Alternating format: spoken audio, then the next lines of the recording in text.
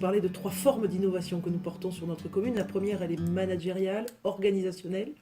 Aussitôt élu en 2014-2015, nous avons travaillé avec les agents de la commune, avec l'équipe de direction de la commune, pour mettre en place une organisation au service des 7 politiques publiques. Nous avons fait des séminaires, c'était quelque chose qui n'était pas commun dans notre administration. Et aujourd'hui, nous avons 250 agents qui sont, on va dire, mobilisés, motivés pour nous accompagner dans la mise en œuvre de nos 7 politiques publiques. Ensuite, l'innovation, elle a été toujours autour de l'organisation et du management, dans le fait que nous avons rencontré individuellement tous les agents, des entretiens d'une demi-heure, de 45 minutes, 1 heure, pour comprendre les métiers de la collectivité. Et pour nous, c'était fondamental pour essayer de proposer de l'agilité, de la mobilité à nos agents, qui pour certains faisaient le même métier déjà depuis 20 ans. Deuxième forme d'innovation, c'est l'innovation au niveau de la démocratie de proximité.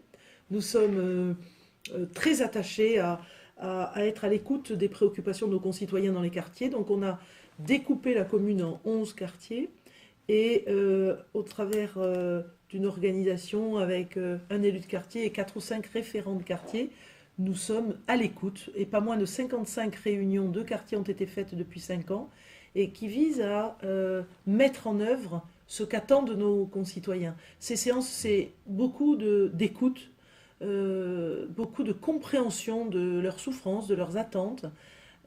Et bien sûr, on échange sur tous les grands enjeux de la commune sur le mandat à cette occasion-là aussi. On a fait une quinzaine de réunions de concertation thématique sur des sujets comme la mobilité, comme l'urbanisme, l'aménagement de notre cœur de ville, qui sont des sujets en jeu pour la commune. Bon, la petite déception, c'est qu'on a toujours 50, 60 personnes, on aimerait en avoir beaucoup plus, mais c'est vrai qu'on fait ça le soir pour ceux qui travaillent, mais c'est difficile quand on a des familles, enfants, de sortir le soir pour venir échanger avec l'équipe municipale et co-construire des projets. Et puis, sur le champ culturel, on a innové avec un festival des arts numériques. On est une commune plutôt âgée, une commune où la moyenne d'âge est de 5 ans plus âgée que la moyenne d'âge de la métropole toulousaine. Et donc on a créé un festival des arts numériques qui aura lieu cette année, les 24, 25, 26 mai, sur notre espace public autour d'Altigone, notre théâtre Altigone, qui lui a fêté ses 30 ans en 2018. Et les arts numériques, c'est pour nous une façon de moderniser notre commune.